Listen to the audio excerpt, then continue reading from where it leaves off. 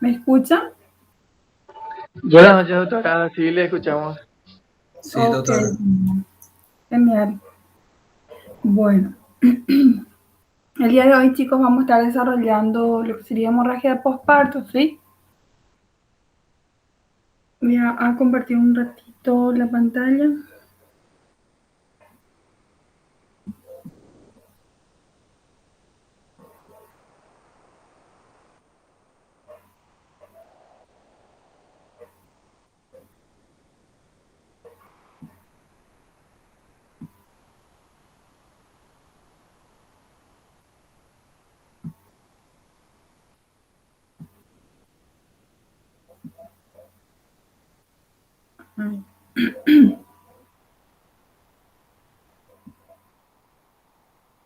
¿Se puede ver la diapositiva, chicos? Sí, doctora, se puede ver. Ok, genial. Bueno,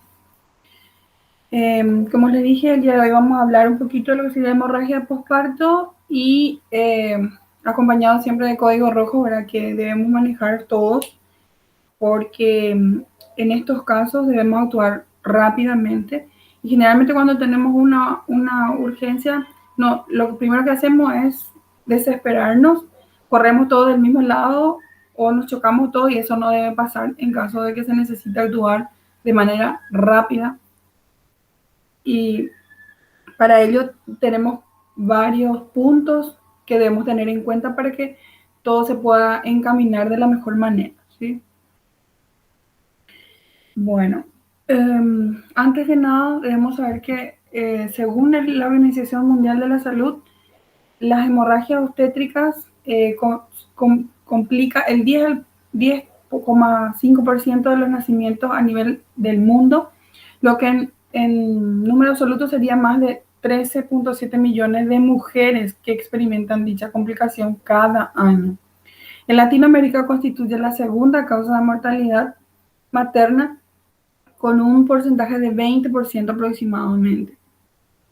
Y la hemorragia de posparto se considera a la pérdida de todo volumen de sangre mayor de 500 ml inmediato al parto vaginal dentro de las primeras 24 horas. También vamos a considerar hemorragia de posparto cuando perdemos más de 1000, pero posterior a una cesárea, o si hay una pérdida menor que provoque ya signos de shock hipovolémico, ¿sí? También vamos a considerar como hemorragia de posparto cuando hay una disminución del 10% del hematócrito que amerite que la paciente sea transfundida. Y vamos a considerar o catalogar como pérdida sanguínea masiva cuando el sangrado es mayor a 2000 cc o 150 cc por minuto, o si hay una pérdida del 50% de la volemia en 3 horas. ¿Y cómo, se preguntarán, y cómo yo voy a saber si pierden 1500, 2000, ¿verdad? ¿Cómo uno sabe? Generalmente es así objetivo, o sea, ojímetro. Y tenemos maneras más o menos de cuantificar. Es así un cálculo no muy exacto, pero es como para que tengamos en cuenta y sepamos más o menos cuánto es lo que se está perdiendo. Tenemos primeramente la toalla, si se moja una toalla sanitaria, si se mancha, pero como pueden ver, es solamente en la parte central y alrededor está totalmente seco. En ese caso se calcula que la pérdida es de 30 cc, 30 ml. Si la toalla sanitaria, por el contrario, se empapa totalmente, estamos hablando aproximadamente de 100 cc, ¿sí? Si lo que utilizamos son gasas de 10 por 10 y están totalmente empapadas, hablamos de 60 cc más o menos de pérdida de sangre. También hay gente que utiliza pañales, ¿no? Para incontinencia, dice aquí, también son pañales, por ejemplo, para criaturas que muchas veces usamos tipo modes, vamos a decirle. Y si está totalmente empapado la parte central, se habla de unos 250 cc aproximadamente. Si lo que tenemos es compresa de vientre, que generalmente se utilizan las cesáreas, y si se empapa por completo, serían 350 cc. Si una riñonera está lleno, ¿verdad?, de sangre sería más o menos 500. Si hay un charco de sangre en el piso, generalmente estamos hablando de 1000 cc. Si es que tenemos una hemorragia de posparto con derrame solo en la cama, estamos hablando de 1000 cc, 1500, perdón. Y si esto rebasa y cae al suelo, estamos hablando ya de 2000. Y dijimos que si alcanzamos 2000 ya era una pérdida sanguínea masiva, ¿se acuerdan? Entonces, a tener en cuenta, chicos, lo que es pregunta de examen, ¿a qué consideramos hemorragia de posparto? ¿En qué caso consideramos? Dijimos, cuando hay una disminución del 10% del hematócrito, es hemorragia de posparto y que amerite transfusión. Cuando tenemos una pérdida de sangre más de 500 cc posparto vaginal, o si tenemos más de 1000 post cesárea, en esos casos consideramos, dijimos, hemorragia de posparto. ¿Sí? Quiero que lo anoten ahí, que tengan para volver a repasar luego, ¿sí? En cuanto a la etiología de la hemorragia de posparto, hay una mnemotecnia que utilizamos que se conocen como las 4T, y es muy práctico y nos ayuda bastante para poder actuar rápido, detectar cuál es la causa de nuestro sangrado, poder tratarlo y salvar la vida de la paciente, ¿sí? La primera T se refiere al tono, la segunda al trauma, la tercera T de tejido y la cuarta T de trombina, ¿sí? En cuanto al tono, hay que ver si la causa del sangrado es una atonía uterina, que generalmente es responsable del 70% de la hemorragia de posparto. Generalmente, después de una hemorragia de posparto por atonía uterina, terminamos casi siempre en la histerectomía. Si es que hacemos el tratamiento farmacológico y no revierte. Le hacemos algunas técnicas que vamos a hablar, por ejemplo, la de Lynch, o masaje a nivel del útero, no reacciona, pues entonces directo pasamos a la histerectomía.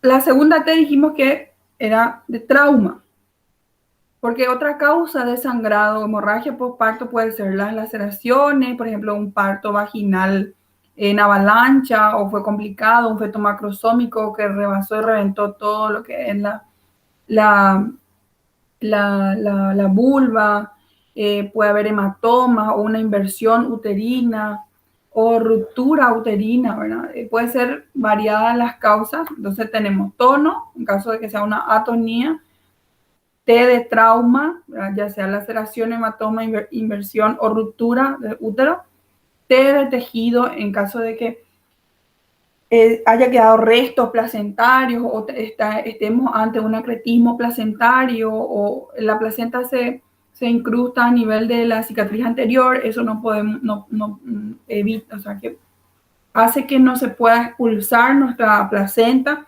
Entonces empieza a sangrar y no podemos atajar eso. Entonces, ¿qué es lo que generalmente hacemos? Cerramos a sí mismo y llevamos a la histerectomía antes que la paciente entre en shock.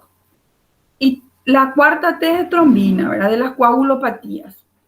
Es rara, se ve solo en el 1% de los casos como causa de hemorragia de posparto, pero se ve.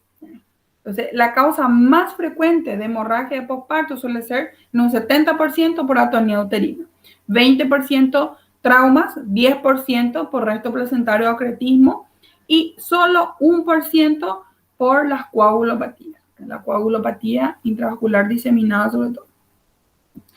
En cuanto a las manifestaciones clínicas de la hemorragia posparto, tenemos manifestaciones que se presentan al inicio y otras que pueden o no presentarse. Si el diagnóstico que hacemos, dijimos, ¿verdad? Es la atonía uterina, que es la causa más frecuente, dijimos, de hemorragia posparto, lo que vamos a encontrar típicamente es un útero blando, fofo, que no se contrae, no se retrae, que es la causa de nuestra hemorragia posparto inmediata. La paciente va a empezar a hacer taquicardia, hipotensión, va a empezar a tener un estado de shock, ¿no? Si en el caso que la causa de nuestro sangrado sea un desgarro de cuello de útero, vagina o periné, también la hemorragia va a ser inmediata al posparto y el útero en este caso va a estar contraído, pero la placenta va a estar íntegra por dentro, ¿sí? Y debido a que se encuentra contraído, el útero va a estar cerrado el orificio cervical y entonces no se va a poder expulsar. Lo mismo que pasa, por ejemplo, en una ruptura de útero o una retención de placenta, nuestro útero va a estar contraído, a diferencia de la atonía, que el útero dijimos va a estar blando, ¿sí? Siempre dependiendo del diagnóstico que se realice, vamos a tener también características de nuestro abdomen. ¿Y cómo va a ser el manejo de nuestra hemorragia postparto? El manejo debe ser activo de nuestro tercer periodo del parto, ¿verdad? Se debe utilizar uterotónicos, hay que pinzar el cordón umbilical, traccionar el cordón para que podamos controlar el alumbramiento y realizarle masajes uterinos, ¿verdad? ¿Para qué los masajes? Sobre todo a nivel de los cuernos, para poder estimular a que se produzcan las contracciones y de esa manera se puedan cerrar los vasos que se encuentran abiertos en ese momento, ¿verdad? Y evitar así que se desangre la paciente. ¿Y qué hacer ante un paciente con hemorragia postparto? Primeramente, como dice acá, pedimos ayuda, ¿verdad? ¿Por qué? Porque por más que nosotros sepamos qué hacer, por más que estemos capacitados, esto es algo que nosotros no podemos hacer solos. Necesitamos por lo menos mínimo estar entre 3 como para que podamos realizar el procedimiento rápido, ¿sí? Después debemos estimar lo más exactamente posible el sangrado y ya le di la referencia, ¿verdad? De acuerdo a lo que tengamos a mano, ¿verdad? Si va usando una, 2 compresas o tenemos un riñón y llenamos ese o se encharca la paciente, o sea, más o menos vamos calculando cuánto es lo que está perdiendo de sangre, ¿sí? Lo primero que debemos hacer es administrar oxígeno con mascarilla facial, monitorizar la presión, también la saturación de oxígeno, cómo la paciente está, si está con taquicardia, si satura bien, ver que la vía aérea estén permeables, realizar masajes a nivel de los cuernos del útero, utilizar uterotónicos como la oxitocina, la ergonovina y en algunos casos también el misoprostol si es que no reacciona el útero con oxitocina o metilergonovina. Identificar lo más pronto posible la causa de la hemorragia de posparto. Para ello, nuevamente ahí nos menciona, ¿verdad? Tener en cuenta siempre las 4T. ¿Qué dijimos que significaban las 4T? ¿Alguien me puede decir? El tono, trauma, tejido y trombina. Trombina, muy bien, así mismo. Porque todo depende de lo que nosotros sospechemos que sea la causa de nuestra hemorragia, ¿sí? Luego debemos canalizar a la paciente, realizarle 2 vías venosas, ya sea con punzocar 14 o 16, colocar una sonda a la paciente para ver si orina, no orina, porque dependiendo de eso vamos a ir viendo si la paciente está muy chocada o no, porque en principio va a estar orinando bien, luego va a orinar poco, luego ya no va a orinar, pero si es que esto va avanzando y nosotros no estamos haciendo bien nuestro trabajo, ¿sí? Y iniciar una hidratación controlada, tomar muestra de sangre para tipificación. ¿Esto por qué dice tomar muestra de sangre para tipificación? ¿Alguien calcula, sospecha? ¿Por qué? Y para poder prever ya una transfusión sanguínea otra. Muy bien, es así mismo. Generalmente, no todos los hospitales o centros de salud o una USF nos suelen contar con variada cantidad de sangre y tampoco con la sangre universal que es la O positivo. Y depende mucho también del tipo de sangre que tenga la paciente para que yo le pueda ponerle, no tengo el universal, y mi paciente es A positivo y yo no tenga esa sangre. Entonces, para saber y de dónde traer rápido, conseguir de un banco de sangre de algún hospital cercano, o si yo no tengo, no voy a poder manejar, le hago un taponamiento y le derivo, ¿sí? Porque si yo le dejo más tiempo en mi centro de salud y si no es complejo, no tengo todo, entonces yo tengo que ya indicar que necesita transfusión porque está con hemoglobina de 6 o 7 y está chocada, todo eso. Para eso es importante saber la tipificación y cuantificar más o menos cuánto es lo que está perdiendo nuestra paciente, ¿sí? Entonces, dijimos, vamos a estimar lo más que se pueda, cuantificar la cantidad de sangre que pierde, administrar oxígeno, ver si las vías aéreas están permeables, masajear el útero, utilizar uterotónicos, realizarle 2 vías venosas, hidratar a la paciente y toma de muestra para tipificación, ¿sí? Doutora, Sí. tem alguns sintomas que se pode perceber além de mirar, por exemplo, subjetivamente quanto que perdeu de sangre? Por exemplo, se tem alguma cianose, se a paciente está mais taquicardia, alguma coisa assim? Sí, claro. Vas a ver, la paciente va a estar fría, va a estar pálida, el llenado capilar que nosotros le vamos a hacer va a estar más lento, la paciente puede estar sudorosa pero fría, va a estar con taquicardia, puede estar inclusive con disnea, porque cuando la paciente está anemizando demasiado, la anemia severa produce dificultad respiratoria. Por eso es que vimos aquí, retrocedo otra vez, ¿Qué dice aquí? Que debemos monitorizar tanto la presión arterial como también la frecuencia cardíaca, la frecuencia respiratoria y la saturación de oxígeno.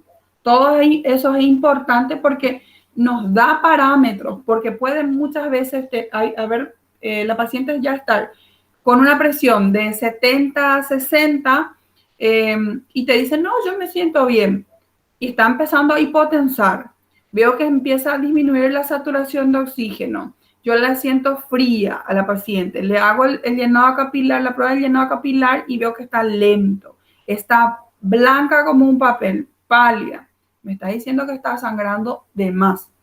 Porque muchas veces también pasa que cada rato se le hace, una vez que tuvo su bebé, ella pasa a sala, pareciera que todo está bien, y no se suturó bien o pasó algo y está sangrando. Se le cambia el pañal cada tanto y uno va y desecha, ¿verdad? Y uno no se percata de que ya cambió más de 3 o 4 pañales y justo cuando vamos a evaluar encontramos un pañal no tan lleno y decimos, no, hace un poco perdió. Pero nosotros estábamos mirando a la paciente y le encontramos con todas esas características que le nombré. Entonces nos dice que algo no está bien. Entonces le tenemos que hacer su hemograma, pedir todos los laboratorios y volver a reintervenir en caso de una cesárea y si es un parto lo mismo. Debemos ver dónde está la causa del sangrado antes que la paciente choque de nosotros. ¿Sí? Sí, justamente por isso, porque como é um pouco subjetivo, se pode cambiar os pañales e tudo e não percatar a quantidade de sangre que se perdeu. Sí, así mismo. Para eso siempre hay que llevar de la mano los parámetros, o sea, los signos vitales, ¿verdad? Cuánto es lo normal y cuánto es demasiado bajo, ¿sí? Porque generalmente deben saber que las gestantes mantienen una presión baja, ¿verdad? Exceptuando aquellas que tienen preeclampsia y demás, ¿verdad? Pero en su mayoría van a mantener un 160, 110-70, generalmente, la mayoría. Y si de repente, después de cirugía, yo veo que la paciente, porque generalmente se hace un control de cada 2 a cada 4 horas, y una vez que suben a sala se le hace un control, a las 2 horas se le suele hacer otro control. Si la cirugía fue complicada, si se le hace cada media hora o cada 1 hora. Si es que me costó luego, si yo sé que sangró mucho, si fue complicada, ¿verdad? Entonces, en esos casos se controlan más a menudo. Entonces, el licenciado o inclusive el médico que se encarga va controlando y va anotando. Y si yo veo que va empezando a deteriorar o sea, disminuir la presión, empieza a estar taquipnéica o taquicárdica, entonces me tiene que llamar la atención, pero ya, rápido. Sin tener en cuenta en ese caso si yo veo que tenga mucho sangrado o no, porque así como le dije muchas veces, si es que no es uno solo el que controla el tema del cambio de pañales o el sangrado y todo eso, puede perderse uno que dos pañales ya se hayan desechado y uno no se dé cuenta de eso. Entonces, tener siempre a mano también los otros parámetros de los signos vitales, ¿sí? Y siempre el examen físico de la paciente. Puedo encontrarle fría, sudorosa, taquicárdica, con dificultad respiratoria, somnolienta, y eso ya es un mal signo, ¿sí? Profe, Sí. y en ese caso, vamos a suponer que se le coloca una sonda vesical, ¿verdad? Y aparte se le coloca el pañal. ¿No estaría bueno pesar el pañal para poder estimar la cantidad de sangre que va perdiendo? Generalmente balanzas para pesar, así como el pañal, como decís, en la parte ginecobstétricamente hablando no tenemos balanza. ¿Quiénes son los que tienen la balanza? Son los pediatras, ¿verdad?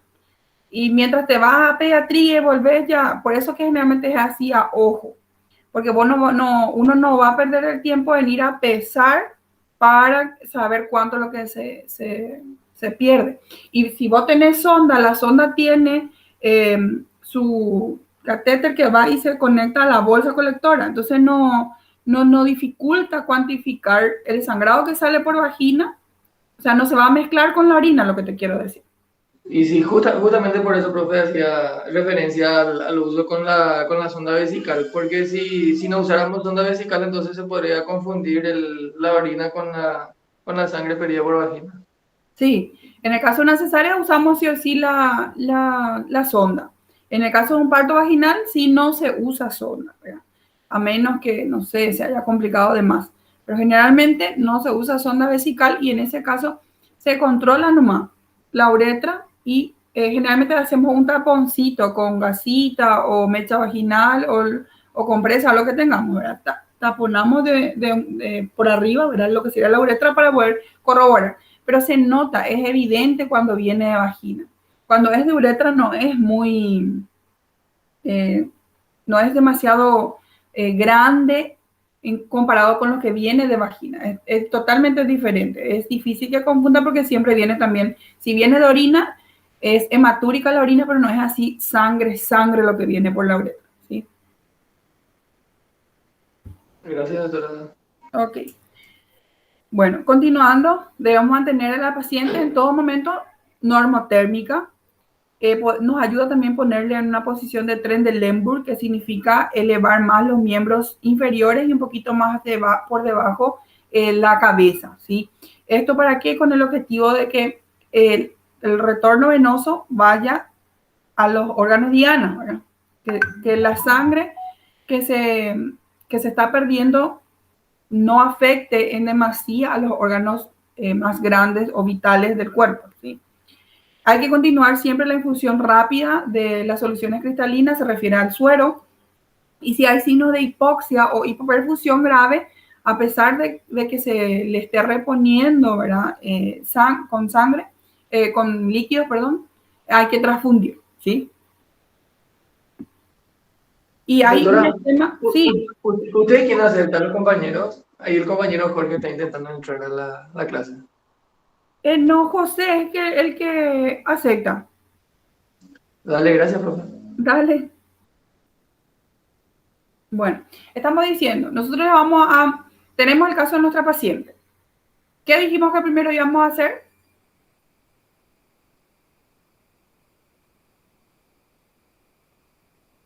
Chicos. ¿Cómo, doctora? ¿Qué es lo que primero vamos a hacer para tratar a nuestra paciente con hemorragia postparto? Todavía no sabemos cuál es la causa ni nada, pero ¿qué es lo primero? Pedir ayuda. Aparte de eso, ¿qué vamos a hacer? Colocar 2 vías venosa periférica con 14 y 16. Muy bien, después. Suero fisiológico. Sí, hidratar a la paciente. Hidratação controlada. Tomar la muestra de sangre para tipificación. Muy bien. ¿Qué debíamos controlar y monitorizar, dijimos? La parte de los signos vitales. Muy Y el tono bien. uterino. ¿Cómo? El tono uterino. Las 4 T. Sí, ¿y qué tenemos que hacer al útero? Y masajear, Masaje a nivel de no recuerdo. De los cuernos. Sí, los los cornos. cuernos, sí. Sí. Porque siempre tenemos en cuenta, ¿verdad? El triple gradiente descendente, que dijimos que ¿dónde iniciaban generalmente las contracciones? A nivel El fondo uterino. Trompa de de falopio. los cuernos. ¿Por qué? Porque dijimos que el marcapaso se encontraba siempre en uno de los cuernos y que uno siempre era dominante y generalmente era el derecho. Eso dijimos cuando dimos trabajo de parto, ¿verdad? Y recordando eso, por eso se hace a ese nivel, para hacer estimular a que se produzcan las contracciones y mantengan durito, contraído nuestro útero y de esa manera no esté fofo y no sangre más. ¿Sí? Bueno, excelente. Hacemos todo eso. ¿Y qué dijimos que teníamos que aplicarle o realizarle a la paciente también? Para que nos ayude a que justamente, aparte del masaje, de los masajes a nivel del útero, produzca contracción uterina. Uterotónicos. Útero tónico. Y uno de ellas, Oxitocina. sí, de la primera línea de la oxitocina. Segunda línea dijimos, Yo me acuerdo de misoprostol. esa es la tercera. La segunda es la metilergonovina, ¿sí? Entonces, todos concluyen, tanto la prevención y tratamiento de la hemorragia de posparto en ginecología, la sociedad, como la FIGO, la Organización Mundial de la Salud, todos coinciden que se puede utilizar oxitocina en 10 unidades intramusculares o en algunos casos 5 unidades, ¿verdad? Según algunas guías, ¿verdad? Pero todas utilizan como primera línea la oxitocina. Segunda línea utilizan la ergonovina. Su uso es simultáneo o secuencial con la oxitocina. Se puede utilizar después de utilizar la oxitocina o ambas a la vez. La segunda dosis se hace a los 20 minutos y se repite cada 4 o 6 horas hasta la dosis total máxima de 5 ampollas en 24 horas. ¿Sí? Pero deben saber que tiene contraindicaciones. ¿En qué caso yo no puedo utilizar esta segunda línea? Porque en el caso de la hipertensión o preeclampsia o pacientes cardiópatas, porque por el hecho de que levanta la presión. Si yo tengo una paciente con preeclampsia o una hipertensión inducida del embarazo o una hipertensión arterial crónica con preeclampsia sobreagregada, o sea el caso que sea, pero que ya tenga alterada la presión y yo utilizo ergonovina, va a aumentar más la presión y en vez de ayudar a mi paciente a que no sangre, ¿qué le voy a hacer? Le voy a descompensar más porque no me va a mantener la presión. Entonces, esto hay que tener en cuenta para utilizarlo. ¿Sí? Y si no funciona, yo utilicé oxitocina, utilicé ergonovina, mi metilergonovina y no funcionó. Entonces, en ese caso, yo puedo utilizar la línea de la prostaglandina, que es el misoprostol. El misoprostol es un análogo de la prostaglandina E1 y se puede utilizar por vía oral o sublingual, que es la que más utilizamos, y también por vía rectal. ¿Sí? El inicio de acción, que es por vía oral, es de 7 a 11 minutos, ya inicia la acción y su pico máximo llega a los 30 minutos. Dura aproximadamente 120, 180 minutos y tiene mayor absorción por vía oral o sublingual, pero así también tiene mayor efecto secundario. Sin embargo, por vía rectal, su inicio de acción es un poco más tardío, en 20 minutos, y su pico llega hasta 60 minutos. Dura entre 30 minutos a 4 horas y tiene mayor duración, pero con menor incidencia de los efectos secundarios, como la fiebre, por ejemplo. Esto se usa de última línea, ¿sí? Tercera línea recién, por los efectos adversos que se pueden producir, ¿no? Vómito, diarrea, mareo también muchas veces. Bueno, Una vez que nosotros hicimos todo, pedimos ayuda, hidratamos a la paciente, tomamos la muestra para tipificación, controlamos los signos vitales de la paciente, le usamos útero tónico, hacemos masaje, todo lo que se pueda, tanto clínica como farmacológicamente, ¿verdad? No funciona, entonces podemos utilizar los balones hidrostáticos. Esto que tenemos aquí, ¿verdad? Son balones hidrostáticos. Hay algunos que ya vienen así y otros que hacemos de forma casera. Uno de ellos es este, ¿verdad? Se llama balón de Bakri. Y se hace un taponamiento del útero, ¿verdad? Con preservativo que nosotros vamos armando eso, vamos realizando, ¿verdad? Y se lo llama balón de Bakri. Su eficacia, la eficacia del taponamiento uterino con el balón de Bakri se realiza en el periodo de 8 a 48 horas. Hay un control de la hemorragia posparto casi del 94,4% de los casos y se utiliza sobre todo en los países de bajos recursos, como dice ahí, ¿verdad? Porque los de primer mundo evidentemente ya tienen unas iguales a estas, como pueden ver, que ya vienen preparadas, no las caseras que, como estas de aquí que nosotros realizamos, ¿verdad? Y la indicación de balón de Bakri generalmente es cuando está alterado el tono, cuando tenemos un útero fofo, cuando tenemos un útero blando, ¿verdad? Cuando hay una atonía generalmente. Y cuando ¿cuál es la contraindicación de utilizar los balones hidrostáticos? Cuando hay una hemorragia arterial que requiere ya una exploración quirúrgica, cuando hay indicación ya de histerectomía, por ejemplo, cuando tenemos un acretismo placentario, no le vamos a hacer un taponamiento porque la placenta no se va a expulsar, queda ahí, va a sangrar, por más que nosotros taponemos, eso va a sangrar, no va a parar de sangrar. Entonces, y es indicación de histerectomía. Entonces, en ese caso, no vamos a usar un balón. Cuando tenemos cáncer de cuello uterino, cuando hay infección activa a nivel del cuello, vagina u útero, y cuando hay una coagulación, una coagulopatía, una coagulación intravascular diseminada. En esos casos, es en vano la utilización del balón. Entonces, en esos casos no vamos a utilizar. ¿Sí? Aquí tenemos cómo se utiliza justamente el balón. Aquí nos explica nada más cómo vamos a ir realizando. Hay un videito. Estas son imágenes de cómo va a ir preparando. Generalmente se requiere un equipo macro, sonda Foley 16, número 16 y 18, tijeras, seda o cualquier hilo que tengas a mano, ya sea Vicryl, Catgut, el hilo que tengas, ¿verdad? Estéril, evidentemente. Guantes estéril, suerito fisiológico de 500, 1000, lo que tengamos, ¿verdad? Y un preservativo. Aquí tengo un videito que quiero que vean cómo realizamos un balón de Bakri. Un ratito.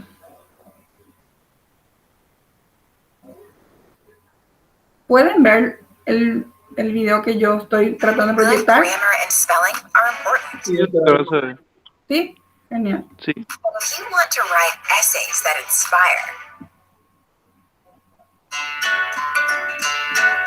Se ve muy chico nomás, creo, ¿verdad?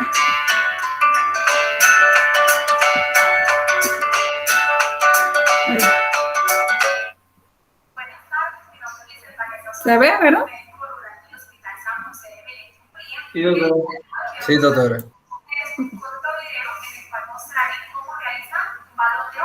Ahí le va a mostrar los materiales que se utilizan y es súper práctico, chicos. Es algo que nosotros en la guardia vamos a tener. Tenemos siempre sondas, suero, guantes, todo eso tenemos. Entonces, si no tenemos un balón hidrostático, nosotros lo creamos y salvamos ahí una vida. Es fácil de hacer, vean.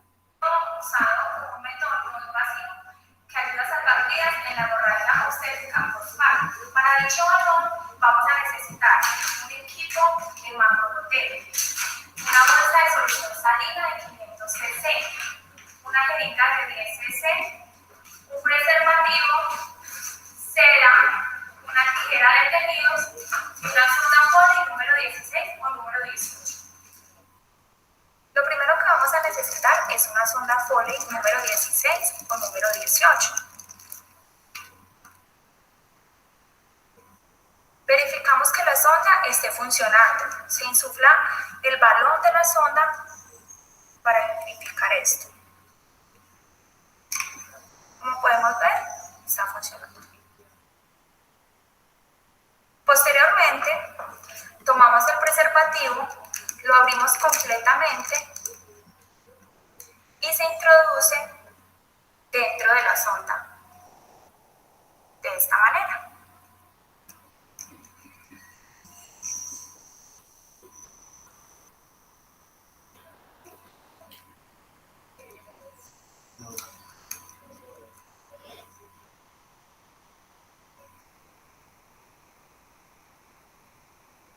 Ahora debemos de tomar la seda con la cual vamos a anudar el extremo inferior del preservativo a la sonda, de manera tal que permita un sello efectivo entre estos para permitir el paso de la solución salina a través de la sonda sin filtrarse. Esa parte, chicos, debemos atar bien, como dice la doctora, para que no se deshaga otra vez y no filtre todo. Pero tampoco tiene que ser demasiado fuerte, porque hay veces que tan fuerte atamos que inclusive ya volvemos a ahorcar nuestra sonda, entonces no nos permite el paso del suero luego, ¿verdad? Ahí fija bien lo que sería el preservativo por la sonda. Hace el nudo del cirujano.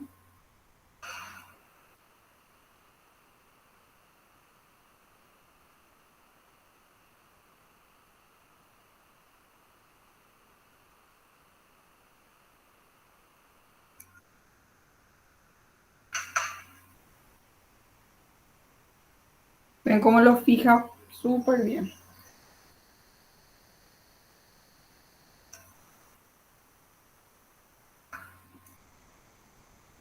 El hilo puede ser bicril, algodón, seda, el que tengamos.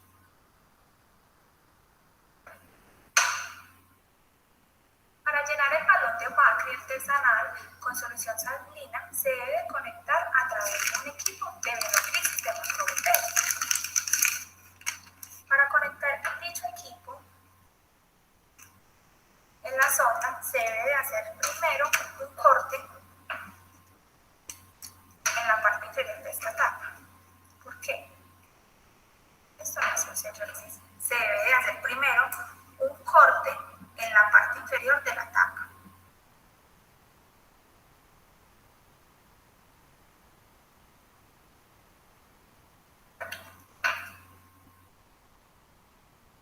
Este extremo se debe entonces de introducir en la sonda en el extremo libre, donde normalmente se conecta la manguera para drenaje.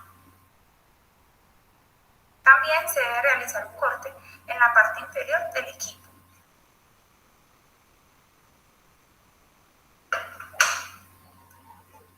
Posteriormente se une la parte inferior del equipo de macrogoteo,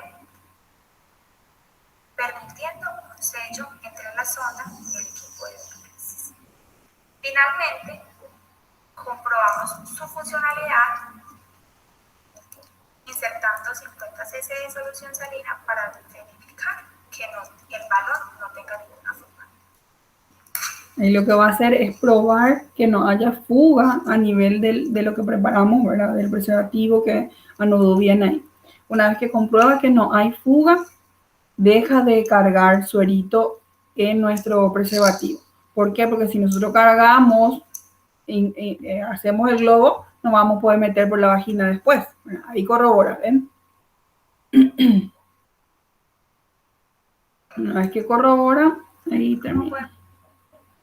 Una vez que corrobora, entonces pasa.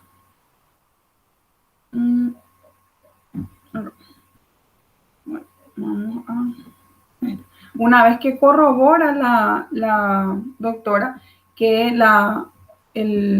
no tenga fuga su balón de Bacri, entonces se prepara el campo, ¿verdad? Que la paciente va a estarlo sangrando, se introduce, ¿verdad? Con ayuda ya sea de una hemostática o una pinza aro, se introduce la sonda que preparamos, el balón que preparamos.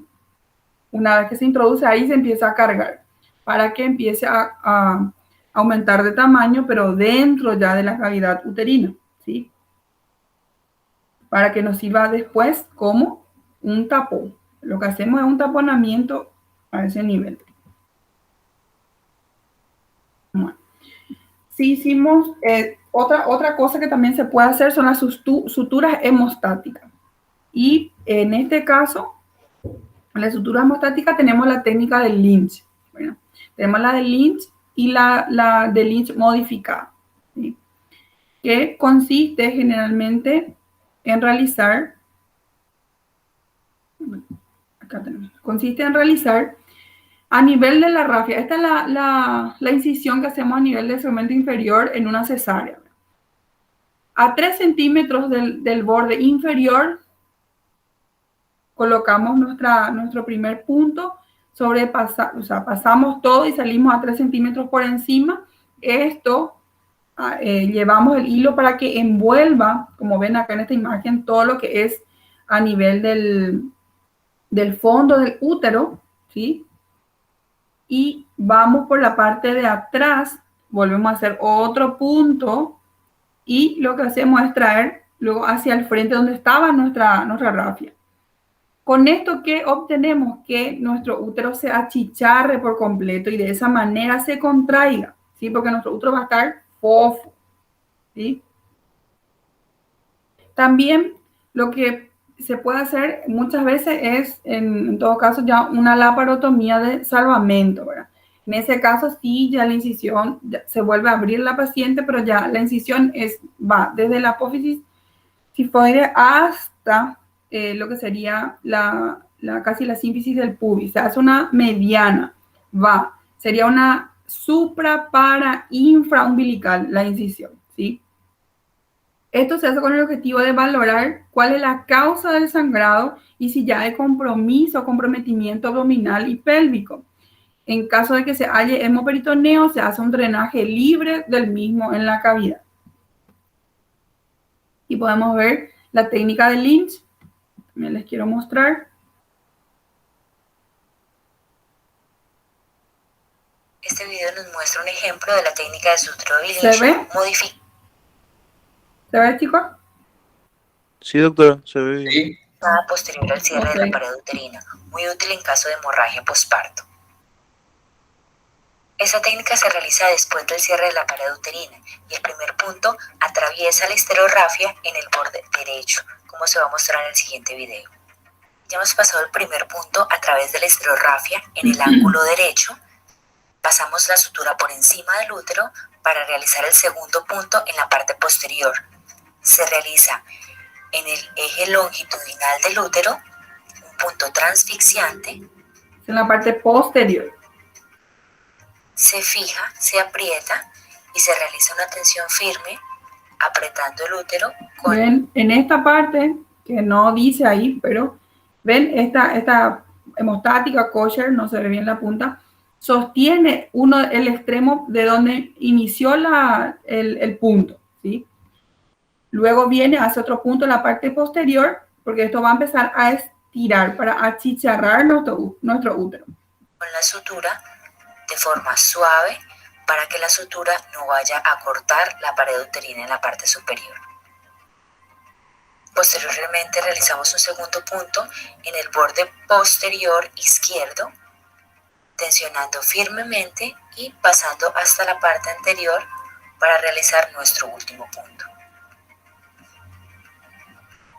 Finalmente pasamos el último punto en el borde anterior izquierdo a través de la histerorrafia, amplio para que dé mucho más firmeza a la hora de apretar, y ajustamos firmemente la sutura apretando el útero muy suavemente.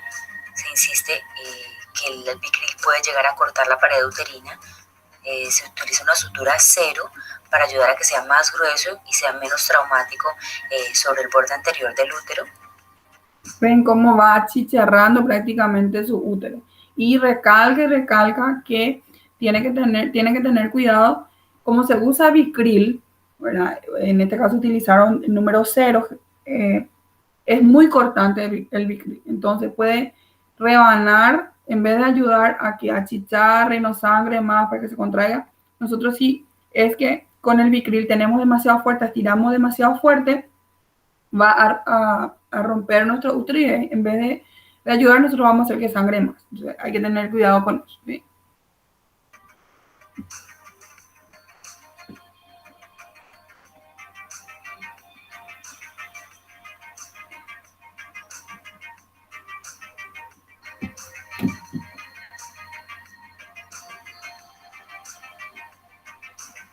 Ella hace Recuerde que debe ser una nudo. sutura absorbible para no generar complicaciones.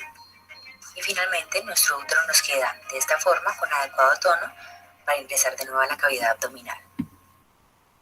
Ahí ya. Bueno, eso a modo para que puedan ver. Siempre si vemos es mejor. Continuando. ¿Se entendió esa parte, chicos? Sí, doctora. Sí, doctora. Es fácil de hacer. No queda lindo nuestro útero, evidentemente, pero es eso y salvarla a la paciente o que fallezca la paciente. O muchas veces con esto podemos solucionar y no llevar a una histerectomía, porque a veces las pacientes son súper jóvenes. Tenemos casos que tienen 20, 25 y tiene su quinto hijo, cuarto hijo, ¿verdad? Evidentemente que si es por nosotros no vamos a querer más que se embarace, pero eso decide la paciente, ¿verdad? Pero siempre hay que salvar a la paciente, sí. ¿Y cómo ahí controlamos si paró o no la hemorragia con esa técnica de Lynch? Y justamente por abajo, por vagina, vos vas a ver, cuando tu útero sangra, uno luego, la cavidad se llena de sangrado si es que los puntos a nivel de la rafia luego salen otra vez. Se producen hematomas. El útero empieza a tener color. Vos haces la técnica de Lynch que vimos. Se achicharra el útero. Vos ves que el útero ya no está pálido, empieza a tener otra vez un color rosado, demás, significa que ya se contrajeron los vasos que estaban abiertos y empieza a irrigar nuevamente. Significa que ahí ya está empezando a parar el sangrado. Pero si yo le hago la técnica de Lynch, mi útero sigue blanco, pálido, fofo, igual no está contraído. Yo veo que sigue perdiendo sangre, empieza a encharcar ahí abajo, inclusive, porque en estos casos, como va a estar todo tapada, como vieron ahí por el equipo quirúrgico, por las compresas estériles, miramos también. Pero en todo momento vos vas a mirar tu útero, cómo están los signos vitales de tu paciente, porque creas o no, rápido se ve la mejoría cuando estamos haciendo algo bien. Así también cuando no estamos haciendo bien, rápido la paciente se nos va. No hay mucho tiempo generalmente. Genial, gracias, doctora. Dale. Bueno, dijimos hace rato que también lo último que podemos hacer es la laparotomía de salvamento, ¿verdad? Esto se hace después de realizar generalmente la histerectomía. Se hace un empaquetamiento de la cavidad pélvica con compresas dobladas, ¿verdad? Aplicando presión manual sobre ella, sobre la superficie donde sangra, como para hacer un taponamiento, ¿sí?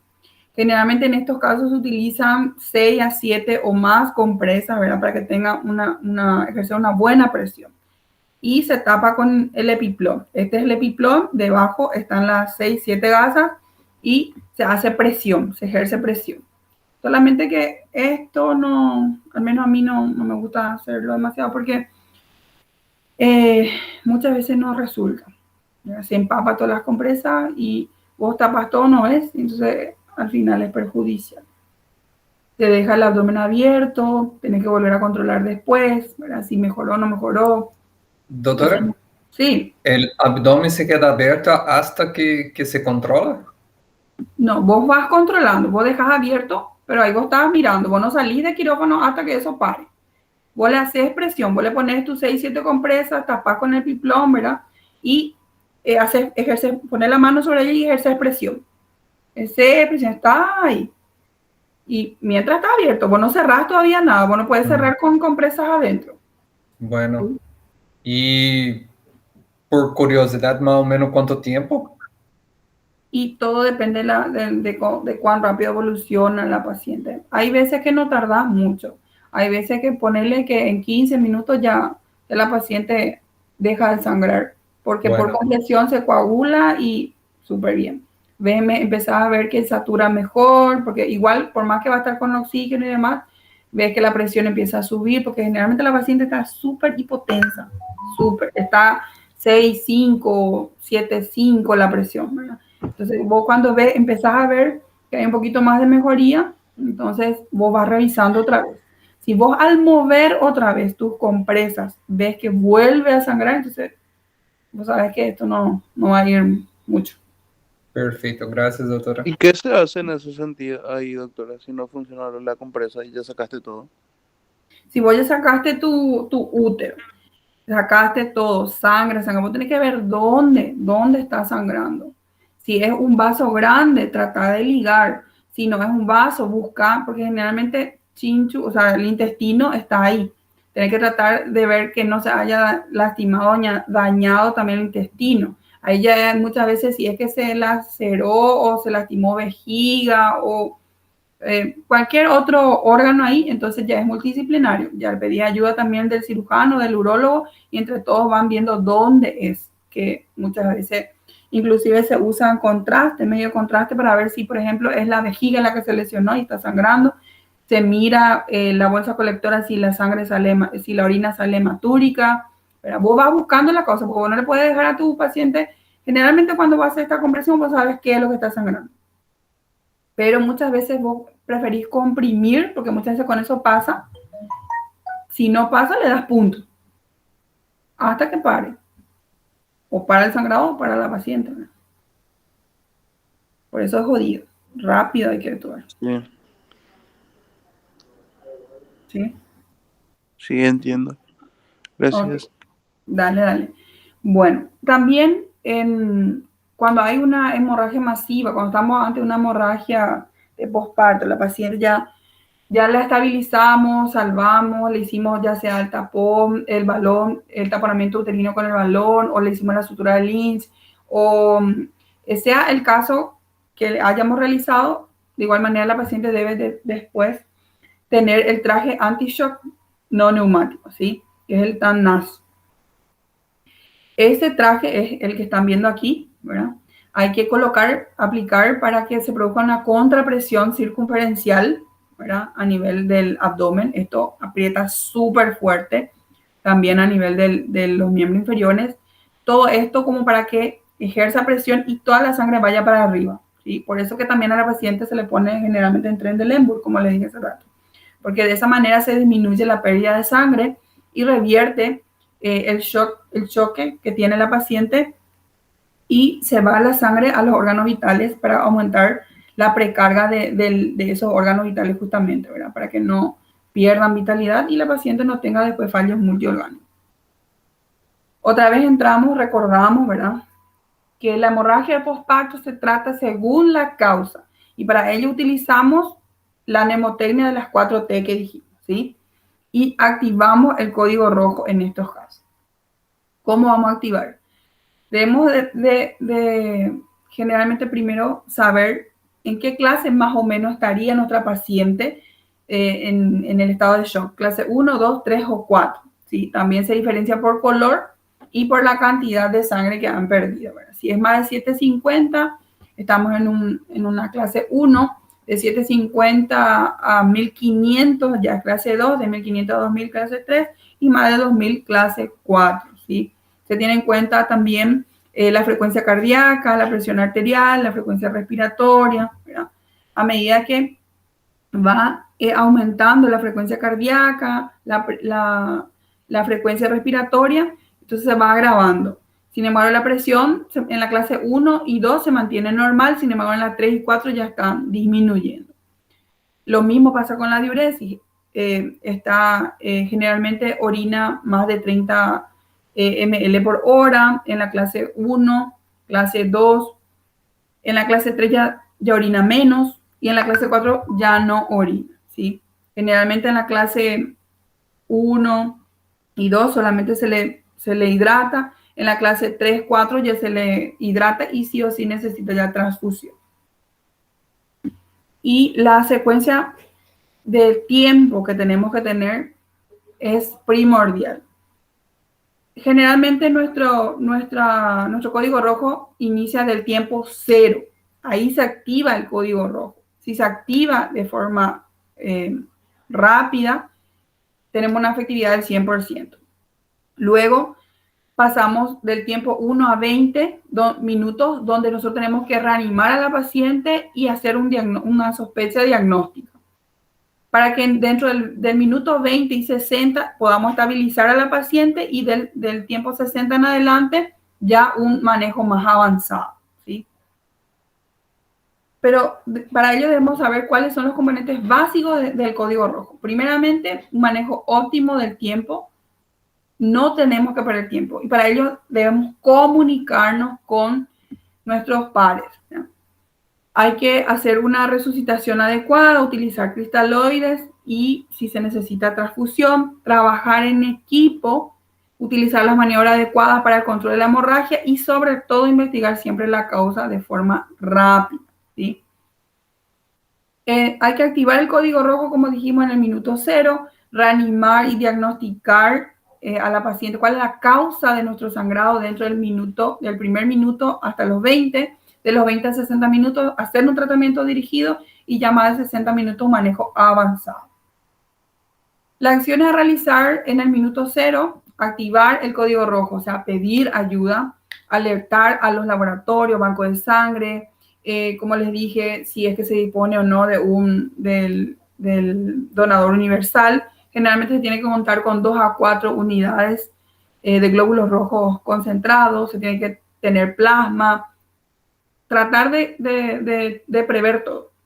Alertar al equipo de transporte, en el caso que se tenga que derivar al paciente, organizar el equipo de trabajo, y debemos estar al menos 3 personas. Lo ideal es 4, pero lo mínimo 3, ¿sí? Debe designarse siempre un líder, que tiene que ser el ginecólogo que comande, ¿verdad?, al resto, porque muchas veces estamos el anestesista, anestesiólogo, el circulante y 2 médicos. Generalmente, como les dije, lo ideal es 4. Está el primer asistente, el segundo asistente, el coordinador y el circulante. El circulante es el que se va a encargar de proveer todos los materiales que se necesitan, ya sean los hilos, los materiales, los instrumentales, si se va a hacer un balón, todo lo que vas a necesitar, el circulante es lo que te tiene que traer. Pero él solamente se va a mover cuando vos le indiques, ¿verdad? El coordinador es el que le dice al asistente 1 qué hacer, y el asistente 2 qué hacer, y al coordinador, al circulante qué hacer, ¿sí? El coordinador es el que es la única voz que se tiene que escuchar, y asistente 1, canalizar vía periférica, y empieza, y le dice al circulante lo que necesita. Punzo acá, número 18, y empieza, y a viva voz, fuerte, tiene que decir: realizando canalización con punzo acá, número 18, colocando equipo macro, venoclisis en miembro superior derecho, venoclisis en miembro superior izquierdo, así. Entonces, todos los que están en la sala saben lo que se está haciendo, y de forma organizada, ¿sí? En los primeros 20 minutos, si el shock hipovolémico es severo, la transfusión de glóbulos rojos concentrados debe realizarse rápido en los primeros 15 minutos. Hay que hacer ver una precaución en la reposición con el suero en pacientes con preeclampsia grave o cardiopatías, para no encharcar a la paciente y llevarlo a un derrame luego pleural y demás. En caso de la hemorragia postparto, hay que buscar, como dijimos, las 4 causas. Es importante siempre tener en cuenta las 4 T, para ver si es por trauma, si es por falla del tono, si es por la trombina, ¿verdad?, coagulopatía, o si es por, dije ya, tono, trauma, tejido, ¿sí? ¿Está bien? Iniciar el tratamiento con los úteros tónicos, ¿verdad?, como la oxitocina, si es que no hay contraindicación. Se puede utilizar ergonovina, como dijimos, ¿verdad? Y si no hay respuesta ni con la oxitocina ni la ergonovina, se utiliza misoprostol, que es análogo de la prostaglandina de 1 que dijimos, ¿sí? Dentro del tiempo 20 y 60, ¿qué tenemos que hacer? Estabilizar a nuestra paciente. Podemos realizar masaje uterino, compresión uterina bimanual, utilizar oxitocina, ergonovina, misoprostol y apoyo de transfusión, ¿sí? Dentro del tiempo 60 o más, paciente de unidad de cuidado intensivo, se hace un manejo más avanzado. Si es que estamos ante una coagulación intravascular diseminada, se hace el tratamiento del mismo. Si se realiza el procedimiento quirúrgico, debe corregirse esta coagulación intravascular diseminada durante la cirugía y debemos mantener las plaquetas por lo menos más de 50.000, ¿sí? Mantener siempre hidratado al paciente. Y esta es la ubicación del personal. Como les dije, generalmente deben ser 4, el coordinador, asistente 1, asistente 2 y el circulante. Si es que no estamos entre 4, ponerle una guardia donde estamos solo 3, entonces siempre se mantiene el coordinador, el circulante y un solo asistente, ¿sí? El asistente 1 se encuentra en la cabecera porque debe mantener las vías aéreas permeables. Si se necesita hacer una intubación, debe saber realizar, por eso generalmente suele ser el anestesista. El asistente 2, si lo tenemos, se encuentra del lado izquierdo del paciente, el coordinador al lado derecho del paciente a nivel de la pelvis, ¿verdad? O sea, se pone en forma paralela al asistente 2 y el circulante hacia los pies, porque este es el que va a entrar y salir, traer los materiales, el que le va a avisar al laboratorio para el banco de sangre, para la tipificación, este es el que nos trae todos los materiales, todo lo que se necesita y él o ella es la voz, ¿sí? Él le dice qué hacer a él y a él, ¿sí? ¿Se entiende? Sí, doctora, Sí, se doctora. entiende. Doctora, No. ¿ese circulante es instrumentador o es también un médico? Generalmente es el licenciado que ayuda, Ah, ¿sí? O si no tenés un licenciado ahí, por ejemplo, en quirófano generalmente el instrumentador es también licenciado, pero puede ser el circulante, puede ser el licenciado o el instrumentador, el que tengas a mano y te sirva. Ese es tu circulante. ok, entiendo. Bueno, si mal no recuerdo, hasta aquí creo que llegaba la diapositiva, sí, hasta ahí. Hasta aquí, chicos, no sé si hay alguna pregunta, algo que quieran consultar. No, doctor. En la próxima clase vamos a hacer la revisión. Sí, ya vamos a hacer Bueno. ahora, con esto terminamos. Utilicé justamente, esta es una diapositiva de la clase del profe, que le pedí prestada y le retruqué algunas cositas para que sea un poco más práctico, debido a que, como él hace el examen, ¿verdad? Para que utilicemos en base a lo que él, no sé si ya desarrolló o desarrollará mañana con ustedes. No sé si ya dieron con él código rojo y hemorragia postparto. Sí, con doctor, sí. Ah, ok. Bueno, justamente para que sea lo más parecido posible a lo que él desarrolló, le pedí permiso para utilizar su diapositiva. En la siguiente clase vamos a estar ya repasando, ¿sí? Porque se acerca todo el examen. Entonces vamos a repasar hemorragia de la primera mitad, segunda mitad. Ustedes seguro que ya están leyendo, entonces si hay duda, algo, vamos a ir repasando. ¿Está bien? Ok, Genial. doctora. Perfecto, doctora. Ok, súper. Bueno, hasta aquí la clase de hoy, chicos. Espero que haya sido práctico y que sea lo más fácil posible como para que se entienda. Y cualquier duda o algo, me consultan, ¿sí? Genial, muchísimas gracias, doctora. Buen fin de. Igualmente, chicos, que pasen bien. Chao, chao, doctora. Chao, doctora, gracias. Chao, chao, buenas noches.